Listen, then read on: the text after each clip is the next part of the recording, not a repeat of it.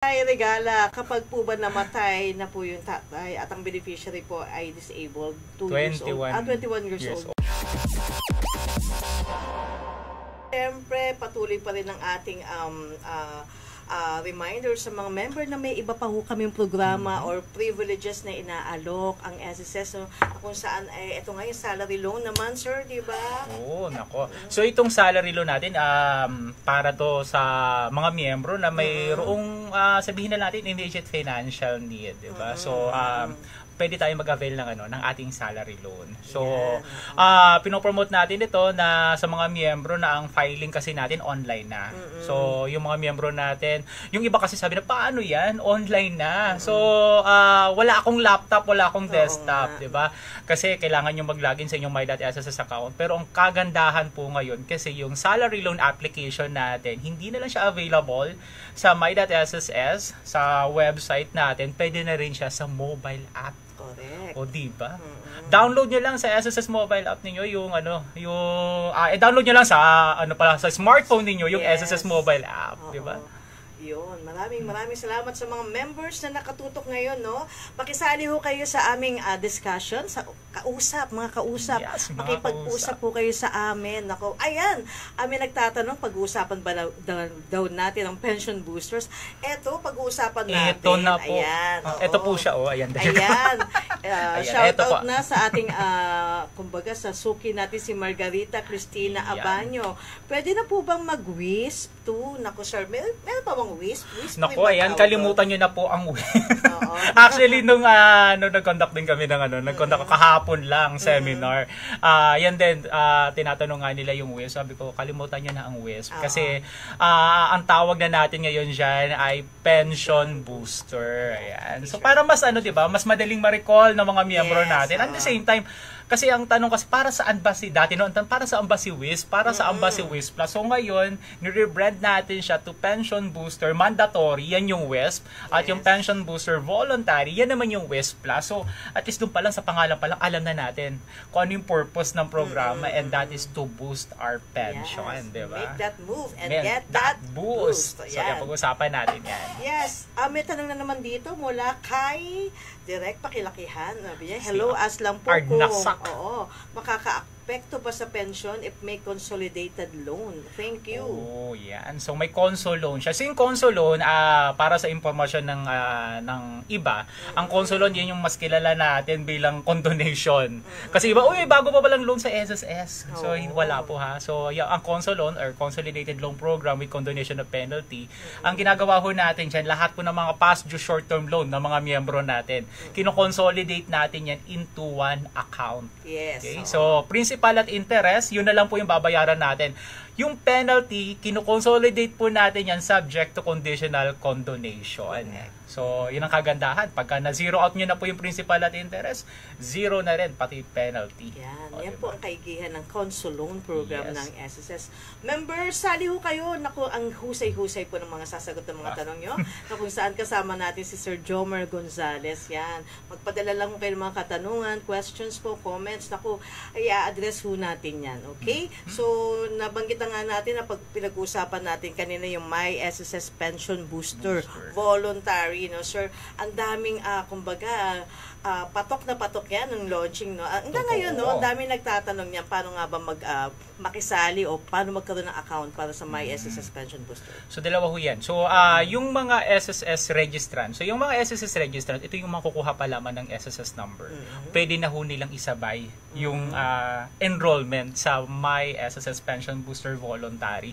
So ito yung mga, sabihin na lang natin, estudyante pa lang or newly grad, di ba? Imagine mo, kakagraduate pa lang nila pero aware na sila, pinaghahandaan na nila, gusto na nilang paghahandaan yung kanilang retirement. So they can already enroll, sabay na nila pagkuha ng SS number, enrolled na rin sila sa My.SSS Pension Booster Voluntary. Pwede na ho nila sabay. Yes, o diba?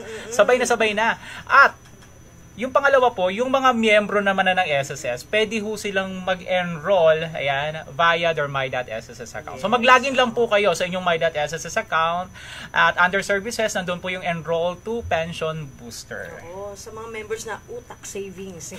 Tama, kasi di ba talagang pagtitipid, pag-iipon, naku, makasali mo kayo dito. Mag-ipon na tayo, di ba? Yan yung dapat na pinaghahandaan natin.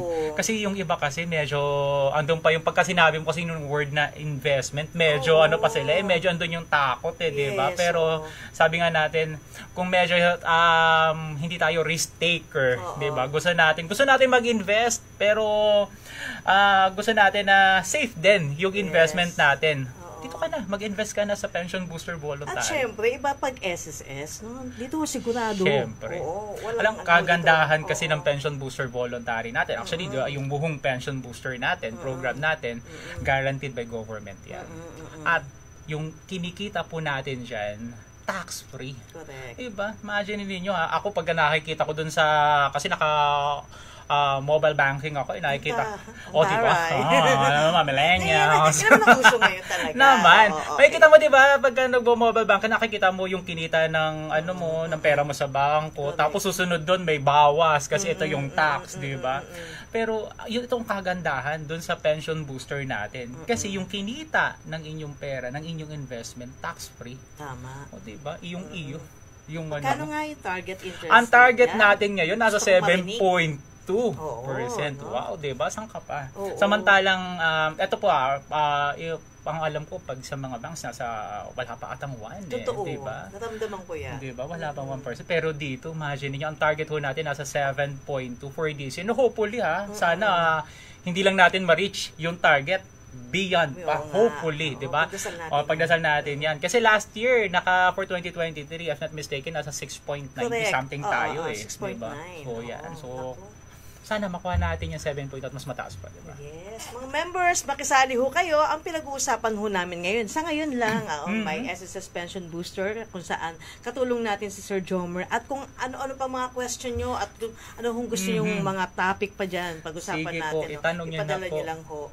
Alam mo, Sir Jomer, na-realize ko nga, at the age of 30 dapat, nakakapag-ipon ka na somehow. Kasi pagdating na 40, may mga nararamdaman ka na, 50 years old, iba na rin, hindi ka na makatayo. No? Totoo yan. Iba yung may ipon ka. Actually, parang hospital funds mo na no? Yes. Pagandaan mo na iba yan. Yung talaga, iba yung may naitabi tayo.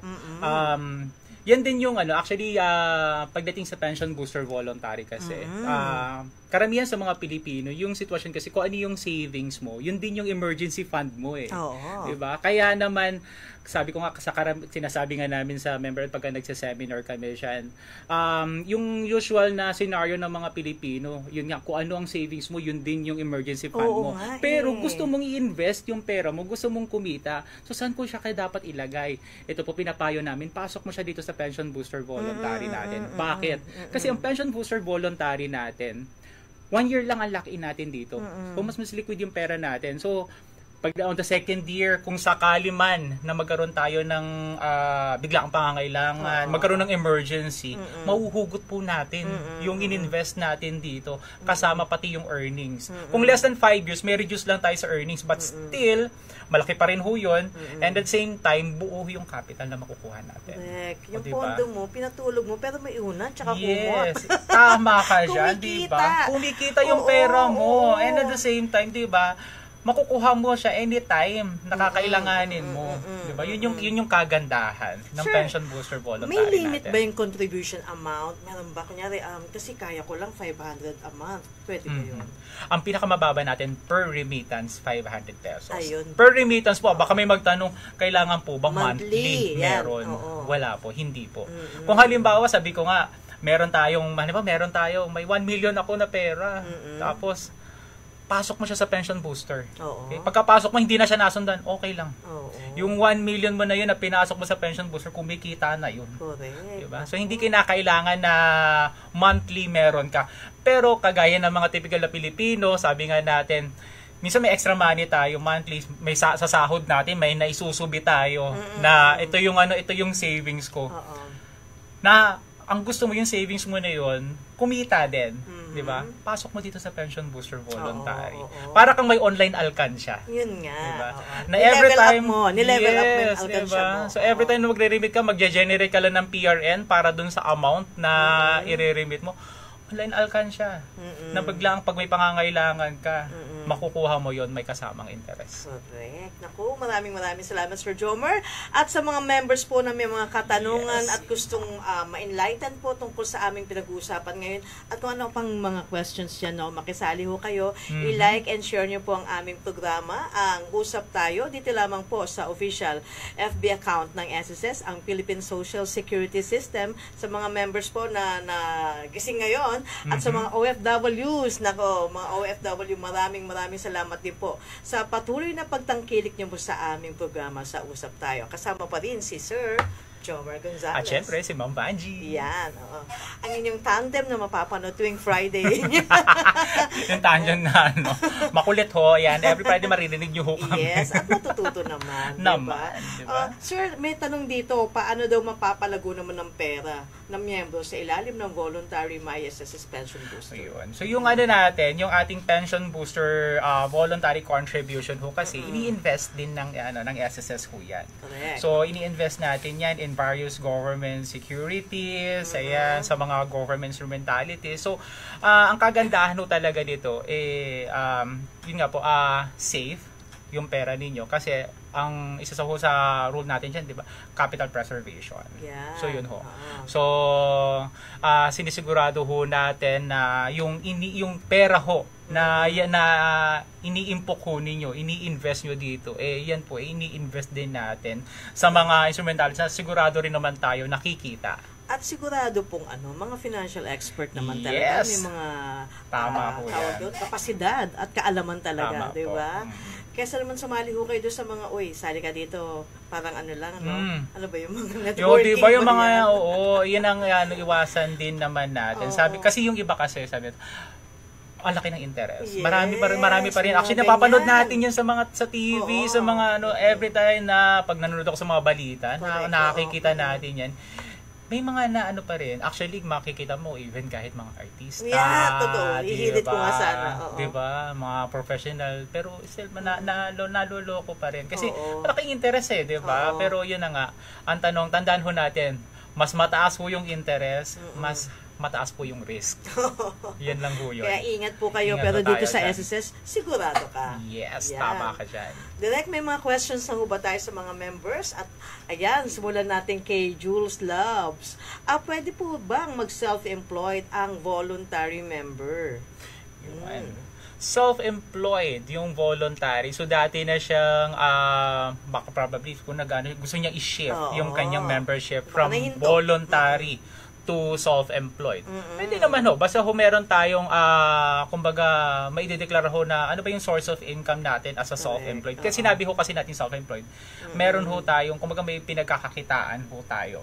So halimbawa, kailangan ba talagang registered business? Minsan may mga ganun Hindi po. Kahit nga nagtitinda ka ng ulam, nag-i-load ka, o gusto may uso ngayon, 'di ba, yung sa GCash, nagka-cash in cash out ka, kumikita ka diyan, pwede ka self-employed. Totoo 'yan. Pwede ho. Mag-register tayo as a self-employed. Pwede kung dati na tayong miyembro, accomplish lang tayo ng Form E for palitan lang natin yung membership natin from voluntary to self-employed. Sticker natin magkano kinikita natin as a self-employed. Again, ang kagandahan pagka self-employed, protektado ka under Social Security Program at Employees Compensation Program. Well said, Sir Jomer. Mula naman kay Lea Lance Apico, Dumagco. Pwede po bang kuhanan ng SSS ang batang may kapansanan para in case tumanda, may pension na kahit hindi pa nagtatrabaho? So medyo po yan kasi ang tinitingnan kasi natin siya, kung kukuhanan ninyo po ng SSS, yung bata. Okay, sabihin na lang natin, 18 years old naman na siya kukuhanan ko siya ng SSS number. Ang tanong, ano pong pinagkakakitaan po niya? Source of income. Okay, ano po yung source of income niya? Kasi meron tayo dyan. Kasi meron actually, siguro parang a month ago, meron kami pinuntahan na barangay. Actually, in partnership with Peso, Quezon City. Barangay Captain. Alam mo naman, yung Sir contribution natin, Oo, bumababa tayo kahit sa mga barangay level tayo, Okay. pumupunta tayo dyan. Okay. So, kasi nandyan din yung yung sana mga miyembro talaga. Andyan yung, kumbaga, uhaw sila sa kalaman Correct, diba? So, kulang, talagang pinupuntahan ho natin yan. At meron doon, actually, yung anak niya may tindahan. PWD, yung anak Okay, niya. okay. But yung anak niya kasi is merong, kumbaga, kaya naman nakakapagtrabaho naman. Merong source of income, may tindahan. So nakapag-register ho yung anak po niya as a self-employed. So possible naman ho yun. Okay, kasi may source of income. Yes, may source of income siya. So may tindahan yung kanyang anak. So actually maliit na tindahan lang pero lumago daw yung tindahan. Tapos hanggang sa yung anak ko niya, actually yung siya na mismo yung anak niya, lumapit sa nanay niya, sabi niya, gusto kong mag-register sa SSS. Kaya naman nung nandoon kami, saktong-sakto naman na nag-inquire sila kay SSS. So pwedeng So po yun. ang sagot natin dun, sir, provided merong Pwede, kung may source of income natin, yung bata. Okay, yung anak ko na magre-register kay SSS. Okay, sir. Next question mula kay Trixie Trinidad. Hello po, paano kung nakakapaghulog na ng EC tapos nag-voluntary na lang, magagamit pa ba yung EC? Ayun. Nakakapaghulog ng EC tapos nag-voluntary na lang magagamit pa ba? Natin. Ang voluntary ba may EC? Yun po. Ayun. Ang sagot lang ho dyan, wala po. Ayun. Okay? So pagka nag-shift po tayo from self-employed to voluntary, yun ho yung nawawala. Okay. Yung ating, yun ho yung nawawala, yung coverage natin sa employees compensation. Bakit? Kasi po meron pong binabayaran ding premium para sa employees compensation. May contribution ho yan. Nagre-range ho yung contribution between 10 pesos to 30 pesos. Depende ho sa monthly salary credit ng miyembro.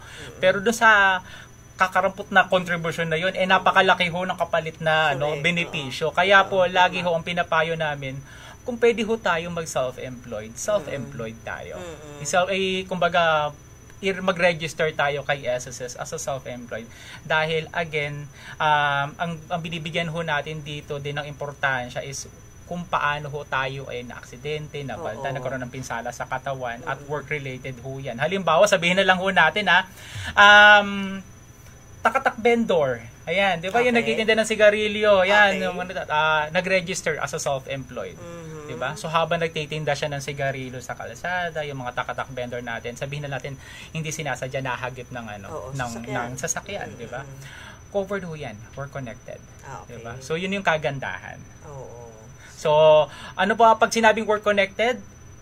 Kung siya po ay may sickness benefit, pwede ho siya kung qualified siya sa sickness benefit, meron siyang sickness benefit under Social Security at another sickness benefit po sa employees compensation. Kaya ang tawag natin sa EC, Double Recovery Program. Kasi pwede mo siyang i-avail simultaneously with SSS benefit. Pwedeng dalawa ang sickness benefit, dalawa ang disability benefit, at dalawa ang death benefit at funeral benefit na makuha ng inyong beneficiary. Thank you, sir. Ayan. Mula naman kay Evelyn Ong Cuevas, kung senior, pwede pa din bang mag-enroll sa SSS Pension Booster? Alam mo, ang dami mga seniors at pensioners na gustong sumali sa Pension Booster, sir.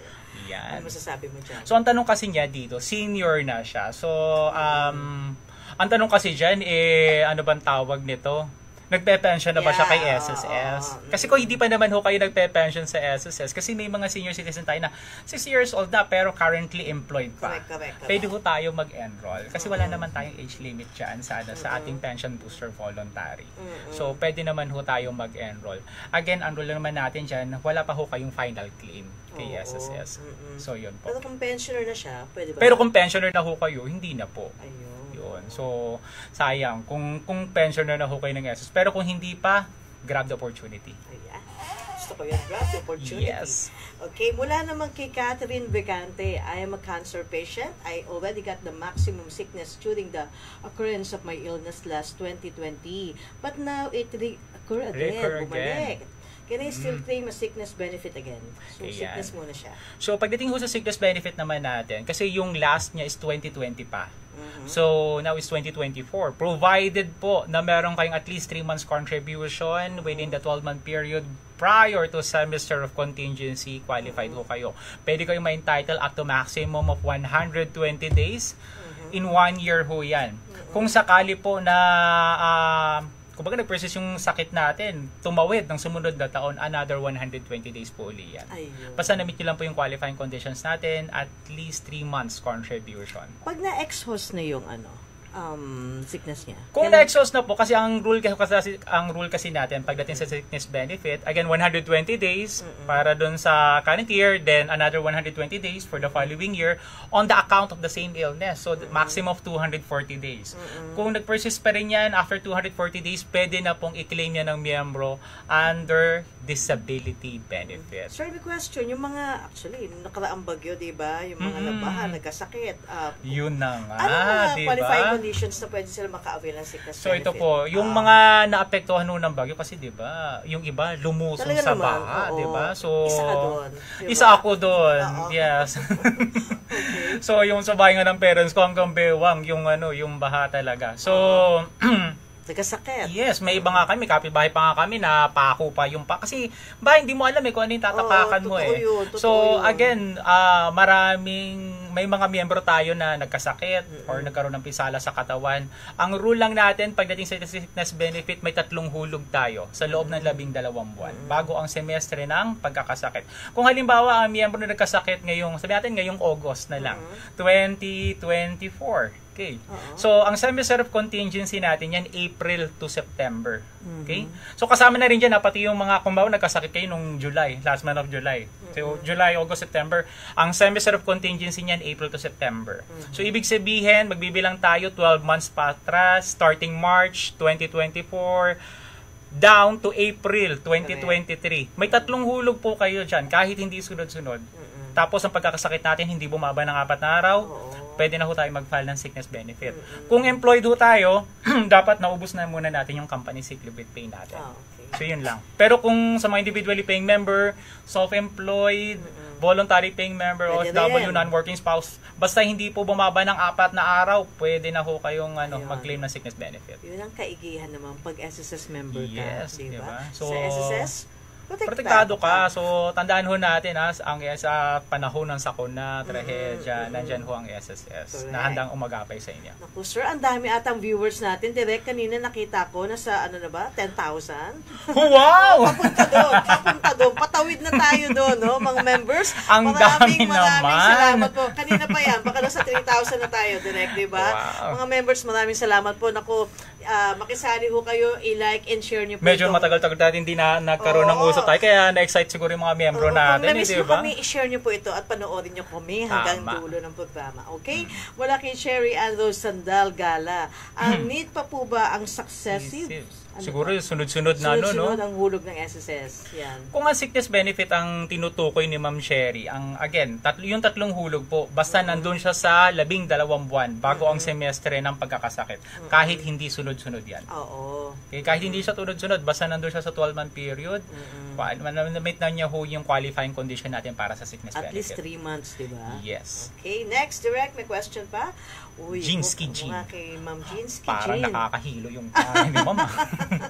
Wala naman tayong amats dyan. Yeah. Okay. Good morning po. Ano po ang process ng pension ng mga illegitimate child? At pwede po bang i-receive ng illegitimate wife ang mga benefits sa mga bata? Ayun. Okay. So, paano ang process? So, actually, para sa mga illegitimate child natin, yeah. So, yung common law spouse, okay? So, yung tinutukoy ni Ma'am kanina na illegitimate wife. Yung common law spouse, pwede siyang tumayong guardian ng illegitimate child or children. Pero ang rule kasi natin, pagdating sa illegitimate child, for dependents pension, up to 5 minor children, starting from the youngest without substitution, priority ho ang dyan, ang legitimated, at saka yung mga legally adopted.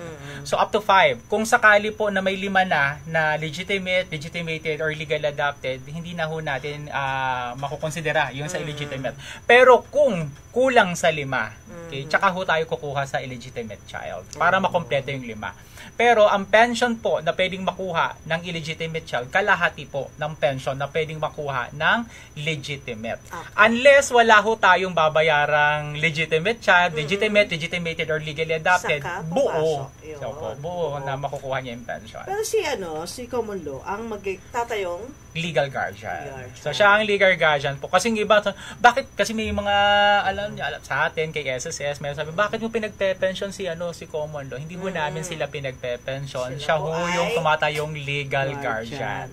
Okay, so i-clarify lang po natin yan. Sir, mula kay Ferdy Kalugdan. Oo, Kalugdan. Okay. Meron akong salary loan at kinakaltas naman ng employer ko dati. Pero di naman pala inuhulog sa SSS. Galit ako dyan. Wala na ako doon sa kanila. Paano kaya ang gagawin ko, Sir Jomer? Nako, yung kung sino yung employer na yun, pepektosan natin yan eh. Diba? Natapektosan ng mga employer na ganyan. Diba? So, ano bang tawag nito? Hindi nahihiyang magkaltas. Pero pagka nagre-remit, mahihiyain. Tayo ng ngayon na isipan. Kasi sabihin ko sana, mahiya naman kayo, employers. Diba? Yun nga diba? So, hindi nahihiyang ikaltas, pero nahihiyang mag-remit. Nahihiyang mag-remit. Huwag ko kayo mahiyang mag-remit. Okay? Kasi kawawa ho yung employee natin. So, yung tanong ni Sir Ferdy kanina, unang gawin ho natin, bigyan muna natin ng parang benefit of the doubt si employer. Baka naman, nag-remit talaga si employer. Wala lang sinabit na report. O di kaya naman, nagkamali ng details doon sa report, kaya unpostable. Pumunta kay employer, humingi ho tayo ng proof na sila po ay nag-remit. Kung wala ho, pinapaikot-ikot tayo ng employer. Wala silang maipakita kaagad sa atin na katunayan na nag-remit sila, katunayan na nagbigay. Kahit yung report na lang wala po. Puntahan na ho tayo sa pinakamalapit na tanggapan ng SSS. Mas maigi ho kung yung branch na nakakasakop ho doon sa kumpanya. Punta na ho kayo. Mag-file na ho tayo ng complaint. Yan, okay. Agad-agad. Salary loan pa naman yan, sir. Di ba tumutubo yan eh? Totoo, di ba? Ang mahirap dyan kasi sa retirement, sa dulo? Totoo, kasi totoo. Ganit na ganit talaga tayo no? Kasi, di ba, kawawa yung mga member. Marami tayo mga member na pagdating ng panahon, pumupunta kay SSS. Ang nangyayari ko kasi nagagalit sila kay SSS. Kasi bakit may utang ako, bayad ko na yan. Ang tanong ho, binayaran ho, tinalta sa sahod. Pero ang tanong, niremit ho ba kay SSS? Madali ho maghahabol kung ang kumpanya buhay pa. Nandiyan pa yung mga may-ari. Paano kung nagkamatayan yung mga may-ari, sarado na yung kumpanya? Sino pa humahabol natin, di ba? So, anong mangyayari? Kakargohin ho ng miyembro. Yan. Including, imagine niyo pati yung penalties, di ba? Buti na lang mayroon tayong console loan ngayon. Correct. Diba? At dapat meron ka ng My.SSS, no? Yes. Para na-check mo from time to time yung records mo. Tama yan, Ma'am Fanji. Kaya, di ba, kung wala tayong laptop, desktop, download nyo lang SSS mobile app. Ma-check mo doon. Dinidak sa akin ngayon, niremit ngayong buwan ng August. O sige, bigyan natin 1 month. Pag hindi pa rin talaga, 1 month, diba? Samantalang pagka nagbayad ho kayo kay SSS, isang araw lang ho talaga yan, posted na yan. Pero sige na, bigyan ba natin? Baka mamaya naman, delay lang. Pag wala pa rin ho, lapitan nyo na yung employer ninyo. Pag wala may pakitang katunayan, magreklamo na ho tayo. Correct. Okay, mula kay Sandra Sariel Santos, ilan na po ba ang maximum number of pregnancy para maka-avail ng maternity benefit? Maximum of 4 ba? Uy, okay. Ma'am Sandra, good news. Oo, good news. Hindi na lang po si Mang Inasalang Anli ngayon, pati pagbubuntis, Anli na kay SSS. Opo, Anli na. So, wala na ho tayong limit because under the expanded maternity leave law, binabayaran na po every instance of pregnancy. Again, pagbubuntis, hindi lang po panganganak. Even miscarriages, binabayaran na ho kay SSS. Provided na meron kayong 3 hulog sa loob ng 12 buwan bago ang semestre ng panganganak o pagkakunan. Kagaya lang din ng sickness benefit, yung required number of contributions natin. Again, unlimited na siya. So, diba? Unli maternity. And the same time, pinalawig pa natin yan, di ba? Dati 60 and 70 kasi ang alam naman for pregnancies, di ba? So baka ang alam din niya 60 or 78 days, 105 na po basta buhay na pinanganak ang sanggol. Kung ang nanganak solo parent, 120 days. Sir, wala kay Diana Kuya Ramos. Hello po. Good day po. Na-stop po ako sa paghulog sa SSS ko from January until now. Pwede pa po bang mahulugan yun? O may specific month na lang nahuhulugan? So, may gap na siya. Yan, may gap siya. So, ang pwede nating bayaran sa ngayon, kasi kung si Ma'am Dayan, siya ay OFW, kasi pwede ba yung bayaran hanggang December pa eh. Kasi mas pinalawig natin yung pagbabayad para sa mga OFW members natin. For individually paying members natin, yung contributions nyo na ng July, August, September, pwede pa hunin yung bayaran yan hanggang October. Yan. So, yan po. Kasi pwede tayong either magbayad monthly or quarterly. Yung last, di ba, April, May, June, kailan deadline nun? Nung nakarang araw, nung July 31st, kaya ang daming naghabol. Ang daming naghabol, kaya medyo hangaba ng pila sa mga bayaran, kahit sa mga bangko, dami naghahabol. Pero magbayad online, di ba? Yes, yun po yung lagi nating pinopromote, na marami tayong mga collecting partners ngayon, so hindi na lang po sa mga SSS branches sa may tellering. Andyan na po, andyan si Bayad, di ba? Nakilala natin Bayad Center. Yes, andyan si GCash. My God, di ba? Ako yung contribution sa kapatid ko, tsaka ng tatay ko dati. Doon ako nagbabayad. Nabol ko noong July, umaga, July 31. Kasi doon ako nagbabayad. Si Maya, sino pa ba, si SMP. Gusto na habang nagsha-shopping kayo, o diretso na kayo, bayad kayo. Yung mga bangko natin, may mga collecting banks tayo, may mga collecting partner banks tayo dyan. So, ang dami na tayong mga collecting partners po. So, hindi lang kayo pwede magbayad kay SSS. Actually, may facility na rin sa website natin if pwede kayo magbayad through credit card. Yes. Diba? So, ano siya? Kasi andyan si BPI din. So, marami tayong maka-partners po talaga. Ang dami nating friendship. Naman. Ang oras po natin ay 10:34 ng umaga. Kasama niyo pa rin kami. 10:34 na pala. Yes. Ang tandem na Jomer and Vanji. Yes. Vanji and Jomer. So, ano tayong pangalan natin? Joban? O Banjo? Parang bagong panahon pa mga early 80s ba yung mga pabango? My God! Yung mga... Parang alam ni direct yan. Oo nga, yung Joban, yung amoy ng mga, di ba? Amoy ng tatay ko yan. Yeah, mga balikbayan. Joban Mas. Yes, dito lamang po sa inyong paboritong programa, ang Usap Tayo. Ayan, katulad ni Harold Perez Bulanon, may tanong siya, sir. Hello, tanong lang po, pag namatay ng parents mo, tapos di pa death claim, ilang taon pa ba ang limit ng claim? Okay. Siguro yung yung death claim niya, yung prescriptive filing period natin. So for death claim, wala tayong prescriptive filing period.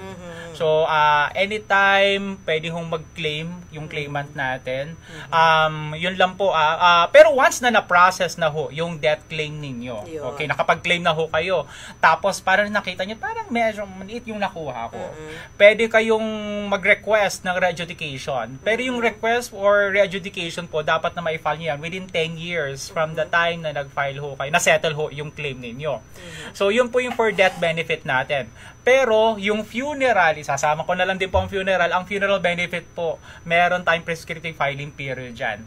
10 years. Okay, so ikakaroon natin ha. Iba po ang death benefit, iba po ang funeral benefit. Correct. So ang death claim, wala ho tayong prescriptive filing period, but for funeral, 10 years ho yan. Okay, well said, sir. May tanong dito si Ma'am Malu Gonzales. Ano po ang pwedeng gawin? Kamag-anak. Hindi kasi Ma'am Malu to. Ano po ang pwedeng gawin ko? Kasi nandito ako sa US na. Wow, ma'am. Hi, ma'am. Oo, napahinto po yung paghuhulog ko ng aking SSS. Gusto ko pong ituloy ang aking paghuhulog. Uy, nakakatuwa naman, di ba? Prospects. Talagang si ma'am OFW sa ibang bansa, pero andun yung niya. Pag nanais siya ipagpatuloy yung kanyang paghuhulog, pwede ho natin ipagpatuloy yan, either yun nga po as, pwede ho natin as OFW, di ba? So, ang pinaka-minimum ho natin siya ng monthly salary credit nasa 8,000. Pero, kung medyo paldo-paldo naman ho kayo, dun ho tayo sa paldo-paldo talaga. Dun ho tayo sa maximum, 'di ba? Counting ipon. Opo. So ang maximum ho natin ngayon nasa 30,000 monthly salary credit. Yes. Bakit po? Kasi maliban po doon sa contribution ninyo under Social Security Program, may contribution na rin ho kayo para sa mandatory pension booster. O, 'di ba? So hindi ka lang nakapaghulog sa SSS mo, meron ka ng investment sa mandatory pension booster. Kung gusto mo nyo pang maghulog pa, si Ma'am Malu, pwede kayo mag-enroll pa sa pension booster voluntary, di ba? Mag-generate lang ho tayo ng payment reference number para doon sa i-remit natin na contribution. Mag-login lang po tayo sa my.sss account natin. Kung medyo nahihirapan ho tayo, paano kaya yan? Meron ho tayo, may usap tayo at sss.gov.ph. Ayan po yung official email address natin. I guess may mga offices din tayo. Hopefully hindi ko not sure lang kung ano yung sa US natin. Meron tayo sa US pero yes, may foreign office. Kung malapit ho kayo doon, pwede ho kayo magpa-assist sa kanila, tuturuan ho kayo, and at the same time, pagka nagamay nyo na ho yan, generate lang tayo lagi ng PRN para doon sa i-remit natin na contribution. Okay. Thank you, sir. Mula naman kay Jessa Ella Tamundong. Kapag po ba in-advise ng doctor na mag-bed rest due to pregnancy condition in incompetent cervix, pwede po bang i-apply sa sickness benefit muna? Okay. So, pagdating naman kasi sa sickness benefit, wala naman tayong, kumbaga, mga certain illness na pwede. Di ba? Okay. Kung pwede at hindi pwede. Again, basta meron ho kayong medical certificate or mga medical documents supporting your claim na hindi nga po kayo nakapasok because of illness, so most probably kagaya nga niya na bed rest, file nyo ho kay SSS. Okay. So, pwede siya, sickness muna? Pwede ho yan. Yan ang kagandahan. Lagi ho namin pinapay. Lalo na yung nga po yung mga ganyang cases na may nagkakaroon ng bleeding, clotting, so bed rest.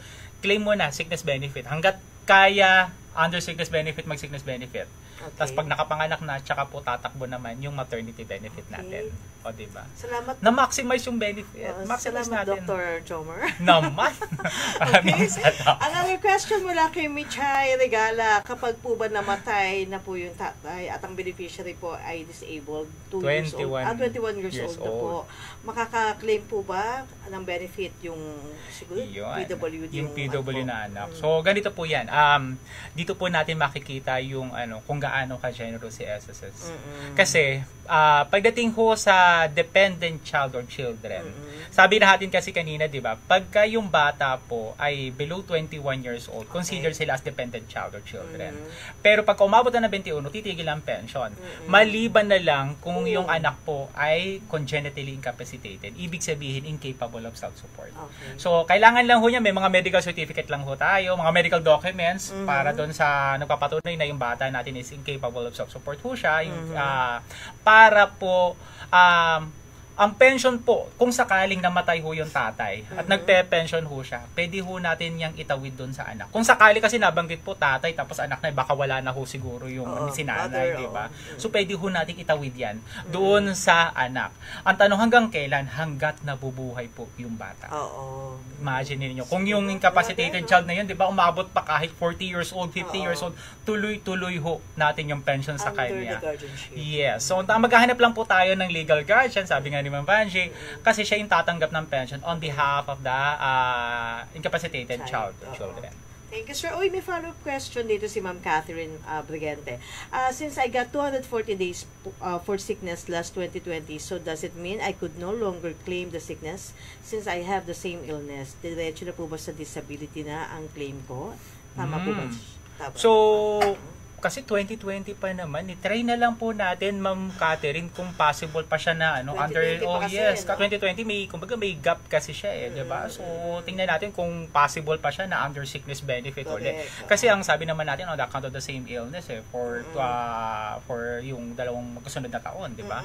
So, dahil may 2020 pa, it's already 2024. So, tingnan natin, baka possible pa sa sickness benefit. But, just in case po na hindi na tayo qualified sa sickness benefit, meron po tayong disability benefit na pwede nating i-file naman. Thank you, sir.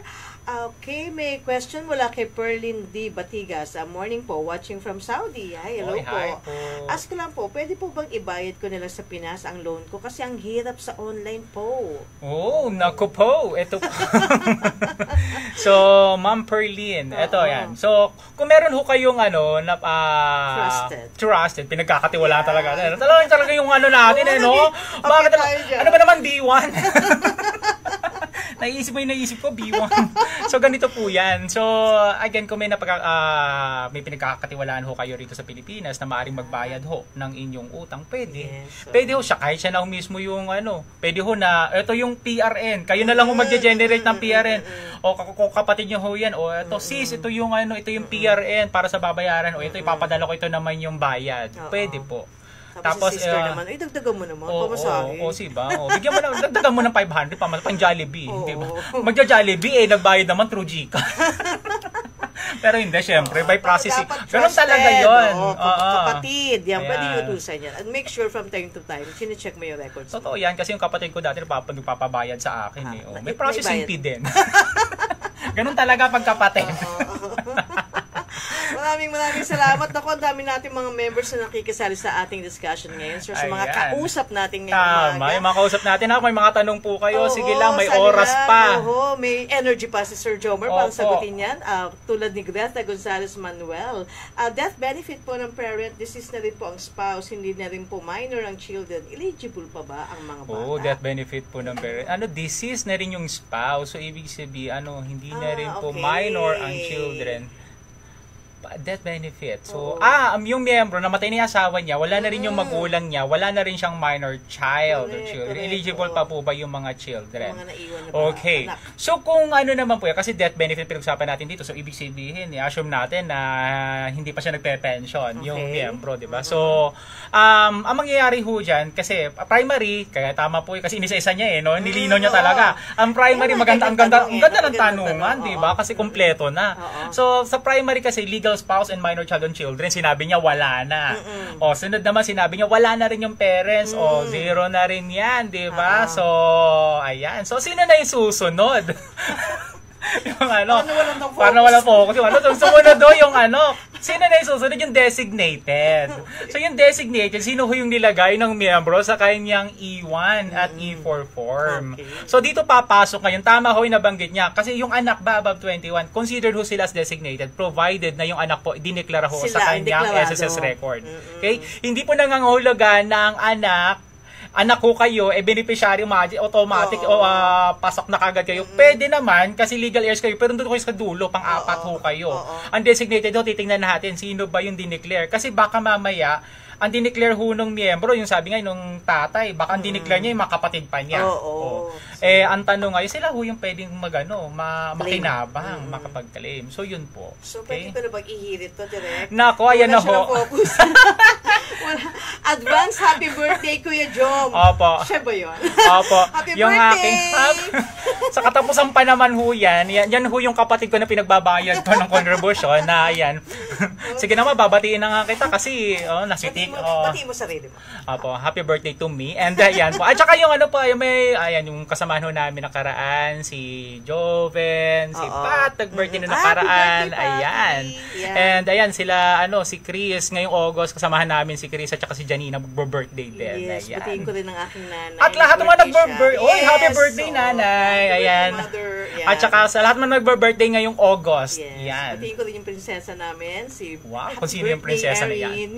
Si Erin. Sa lahat ng mga celebrants po ng buwan ng Agosto, August, happy birthday po. Maligayang kaarawan po sa inyong lahat. Ayan. Sige. Magpakanton kayo.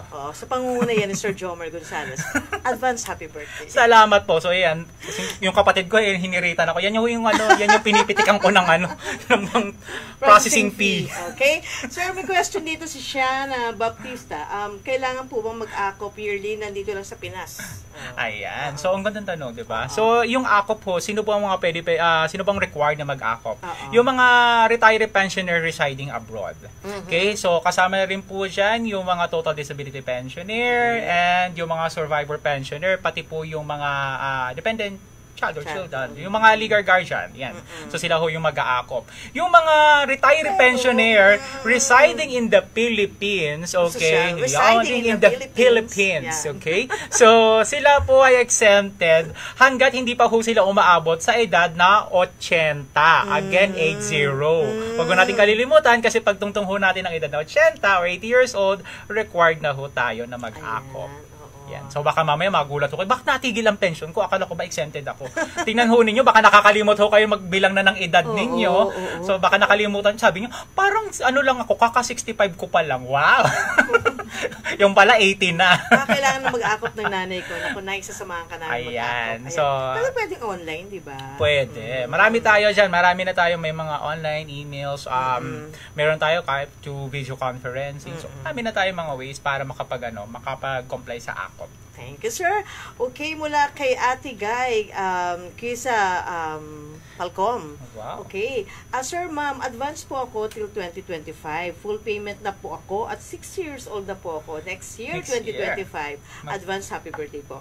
Mag-pension na po ba ako? Kasi sabi nun, pag nag-increase pa ng pay sa 2025, saka, sana masagot po. Watching from Kuwait. Ayan. Oy, hi from Kuwait. Hi, ma'am, Ate Guy. Yan. So, nagbayad na siya hanggang 2025. Kasi kumbaga siguro kulang na lang siya ng ilang buwan. Correct. Para mag-pension magpe-pension. So, sige, bayaran ko na. Okay? So, in advance na. So, ang tanong niya ngayon, paano kung mag-increase ng 2025? Kasi, di ba, meron tayong in-expect na possible. Okay? So, just in case, yung difference, babayaran lang naman natin. Yung difference. Pwede ho yung bayaran lang natin. Tapos, underpayment. Yes. So, kailan siya magpe-pension? So, month after ng semester ng 120th contribution po ninyo, pwede na kayo mag-pension dyan. Yun po. Abangan po natin yung balita. Yes. Okay? Mula kay Arnie Bell, gumagana po ba ang Usap Tayo portal outside Philippines? Oo. Of course, di ba? Yes, gumagana ho yan. So, medyo nahihirapan ho tayo. Meron po tayong usap tayo at sss.gov.ph. Pwede ho tayo mag-email. Yes. Pwede rin ho tayo sa hotline natin. So, yun. So, marami tayong ways po. Email lang. Yes, pwede ho kayo mag-email kung medyo nahihirapan ho kayo dun sa yung usap tayo portal. Yes. Okay. Patience is a virtue. Happy birthday. Yan. Okay. Uy, 10:48 na ng umaga, pero ang dami pa rin mga members na kasali sa ating talakayan ngayon, sir. Tulad ni Dionisio Tan. Good day, sir, ma'am. Okay. My wife died 2015. Hindi po ako nakapag-file ng funeral benefit. Pwede po ba mag-file pa rin? Uy, naku, 2015 pa. Ihabol nyo na, sir. Okay, kasi ang prescriptive filing period natin, 10 years. So, 2015 to 2025, no? So, by next year. So, ngayon, sir, pwede na ho. File na ho kayo. Mag-file na ho kayo ng kung kayo po, sir, ay SSS member, no need na pumunta kay SSS just to file your funeral claim. Correct. Pwede na ho yan via your my.sss account. Importante lang, meron kayong register na disbursement account kasi doon ho natin i-credit yung benefit ninyo. Naku, sir, may mga pagbati. Hello. Ayan. From UAE. Kay Jana Gabriel. We watching from UAE, Abu Dhabi. Hello, Jana. Mabuhay po kayong lahat. Naku, maraming salamat, Ma'am Jana. At saka si Gina. Gina. May Gina. Okay. Gina So si Karen. Gina Rabino from Cyprus. Ayan. Naku, Wow maraming salamat. No? Thank you so much po. Maraming salamat sa pagtangkilik niyo. Sana next time yung parang may pa-video, no? Tapos yung parang kumakaway sila. Hi from Cyprus. Hi from diba? Gumaganon sila. Binigyan natin ng problema si Tirek. Binigyan na nga tayo ng halaman di ba? Tsaka tubig, ano? Okay, may question mula kay Ann Cesarna. Sednare. Okay. Ano to? Sednanre? Direct mukhang kailangan na magsalamin. Okay. Paano yung pension booster? At halimbawa po, pwede po ba mag-monthly savings at pwede po ba online yun? Ayun, ang gandang tanong. So, balik ulit tayo sa ating pension booster. So, ang gandang tanong ni Ma'am Ann. So, again, pwede po ba na monthly? Ma'am Ann, pwedeng monthly, pwedeng ang weekly. Diba? So, pwede daily. Opo. So, wala naman tayong limit dyan. So, ang sabi nga po natin, anytime na meron kayong extra money, para lang kayong may online alkansya na mayroon akong sobrang pera kasi pasok ko sa bangko, isusubi ko na lang dito sa pension booster, di ba? So pwede po. At the same time, hindi po kailangan na may kailangan ba naman, paano kung sa susunod na buwan wala akong savings kasi mayroon akong paglalaanan. Baka wala lang ko siya, bakante lang. Pahinga lang. Tapos sunod na buwan, kung meron na naman ulit, pasok lang. Para lang tayong may online alkansya na hindi ko yung kagaya ng contribution na for employed, di ba? Na si employed talaga, monthly talaga required meron yan. Ito po, kung kailan ho tayo may extra money, pasok ho natin yan dyan. Para pagdating ng panahon, meron ho tayo mahuhugot, di ba? Actually, pagka sa pension booster nga, sabi ko nga, bata pa lang tayo, na tayo dyan, minumulat na tayo ng mga eskwelahan natin. Natata mo yung kwento ni Langgam at ni Tipaklo. Sige, marami pa tayong oras. Kwento ko yan. Charas lang yung di ba? Tatanda natin, di ba? Si Langgam nag-iipon, di ba? Nagsisave, tapos Tipaklo kain ng kain lang, di ba? Tapos biglang bumuhos ang malakas na ulan. Grade 1 ata ako. Totoo yan, di ba? So, balik tayo. Di ba? Pero, imagine, dapat at young age, di ba? Kaisipan natin. Totoo. Na sa ganung edad, minumulat na tayo na sa pag-iipon, di ba? So, ito po yun. So, kumbaga, sana hindi lang sa mga bata, hanggang sa tumanda tayo, di ba? Dapat dali natin yan. I-revive yung mga ganyang kwento, no? Totoo. So, lahat tayo ay maging langgam. Tama. Okay?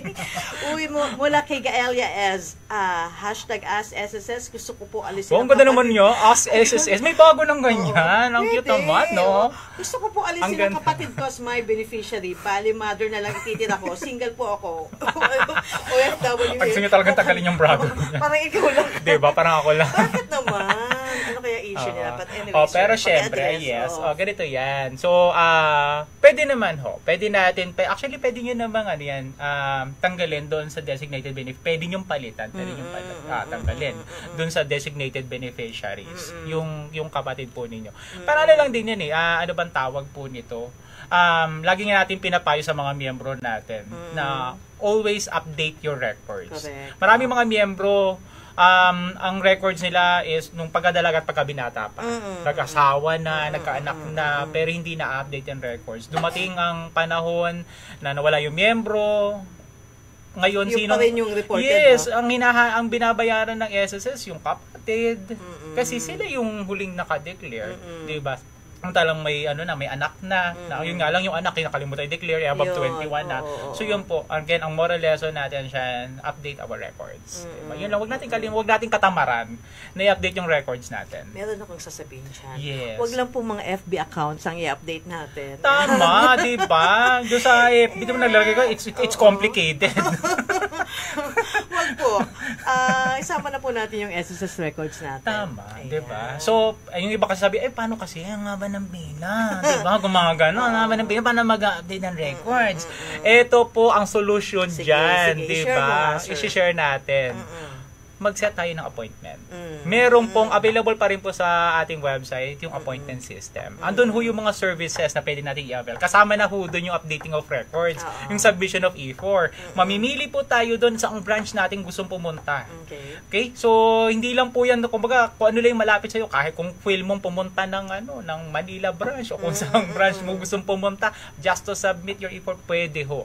Pwede, yes. sir. Ang kagandahan ng appointment system natin, hindi yan covered ng kasi di ba sa mga branches natin, meron tayo yung parang number coding, di ba? Na parang pagdulo ng SS number mo, 1 and 2, so Monday ka. So pagka nag-appointment ka, kahit ang nakuha mo Monday, pero ang dulo ng SS number mo, sabihin na lang natin 9, Friday pa schedule mo. Pero nakapagpa-appointment ka ng Monday, i-entertain ka nila nung araw na yun. Di ba?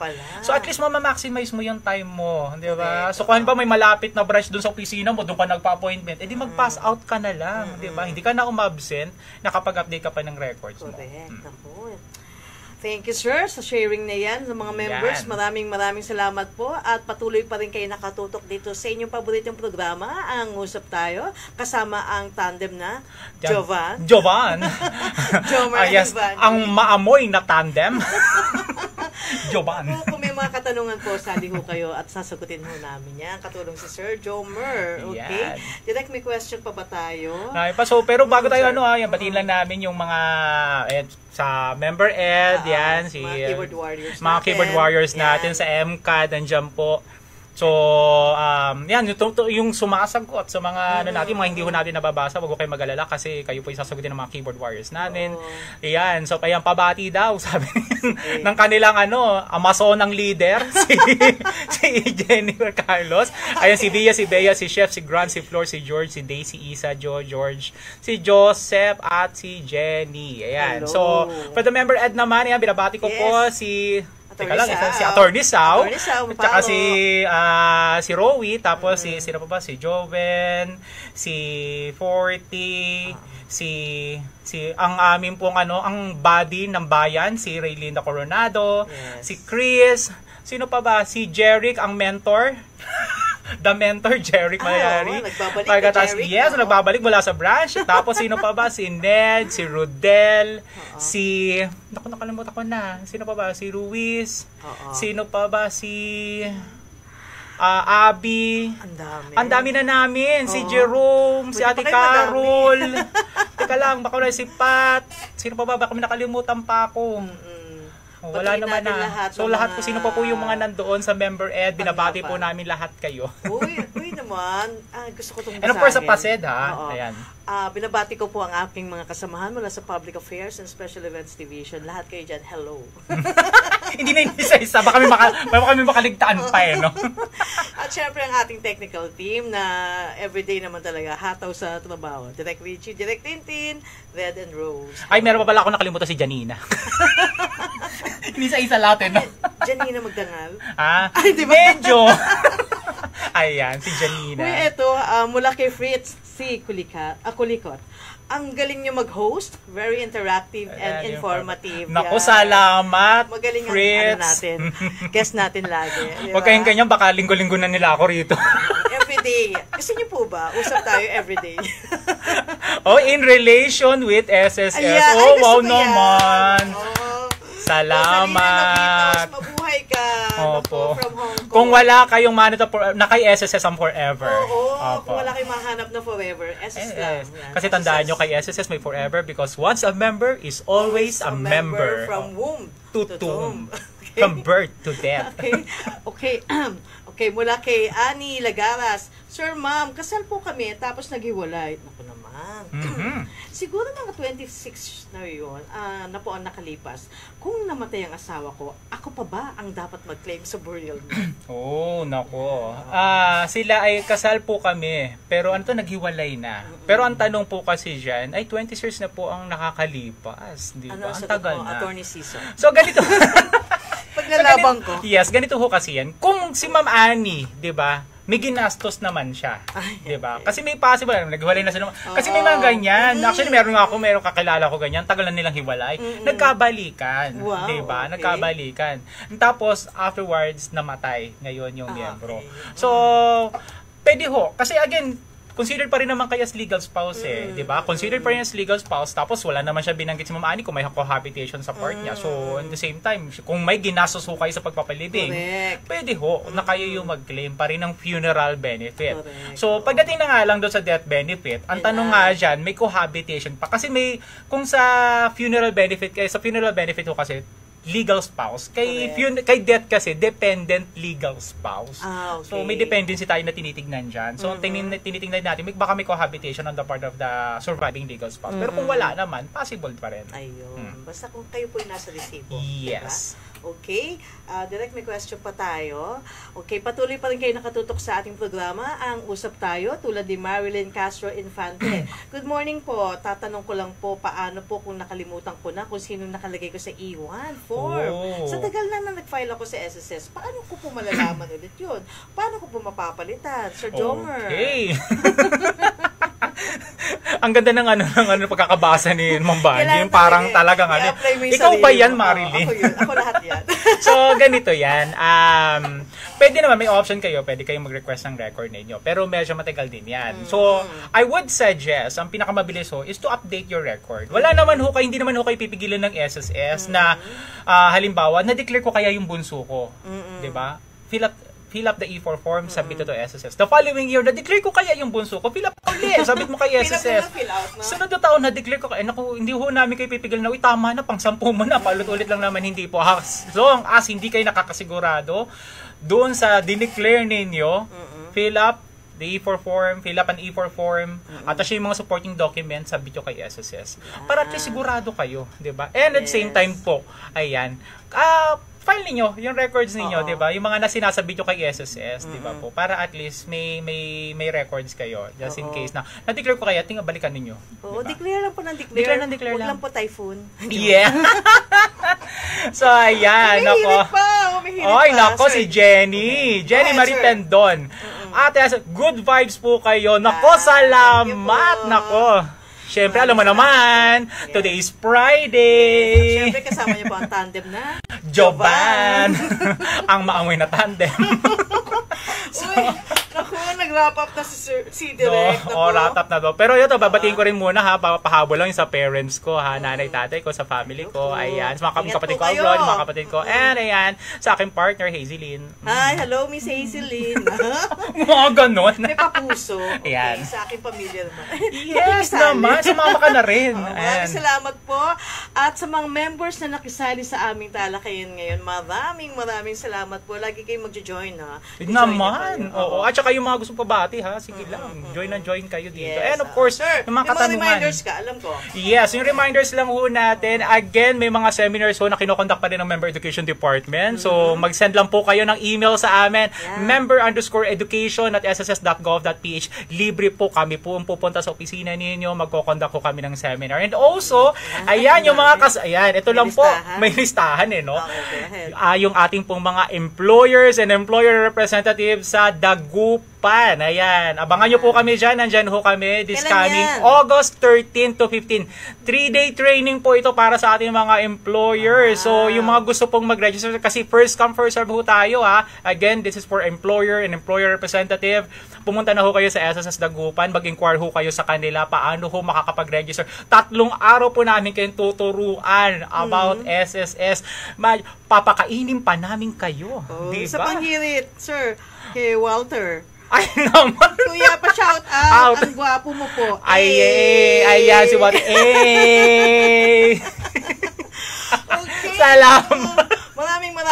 Maraming salamat, Sir Jomer, sa pagsali ulit. Siyempre, co-host na, di ba? May stay na si Sir, okay? Tandaan niyo po, laging panoorin ang tandem ng Jovan. Ang mamay na tandem. Dito lamang po sa inyong paboritong programa, ang Usap Usap Tayo. Tayo. Tandaan, sa SSS, protektado ka, at sa SSS, may forever ka. Yeah.